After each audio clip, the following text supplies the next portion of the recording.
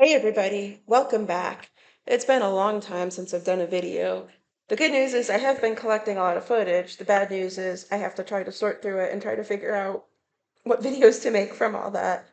I just really went heads down this summer, just trying to work on the property and just trying to really get things ready to go. And then between that and the new puppy and work stuff and traveling, it's been a really, really busy year.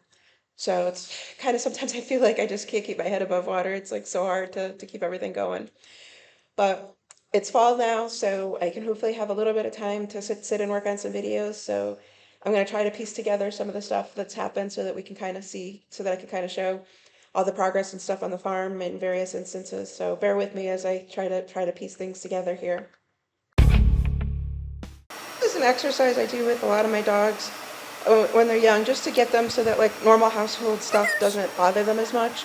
Because I mean, she's going to be a search dog in the future. Like, I don't want like if somebody's vacuuming in the next room or something, I don't want her to be like completely paralyzed and unable to search.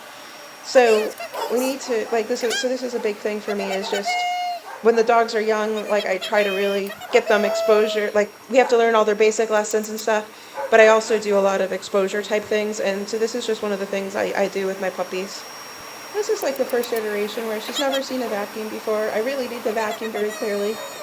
And so I just run the vacuum and it's like no fuss. And I hold a treat out for her. And first I just try to get her to do something near the vacuum. And then little by little we'll start kind of running, as she gets a little bit better at it, we'll start running off some commands and stuff until it's really no big deal. And she associates the vacuum cleaner with good things because she's getting cookies and stuff for being around it. So that's kind of how I do some of the initial environmental type stuff with my search puppies. It's hard to believe just how much progress. Like, I guess that's one of the things I really like about making these videos is just I look back to like where I was in the beginning, and I really have come a really long way, but it's just like everything is just so slow, and it just takes so much longer than I would have ever dreamed.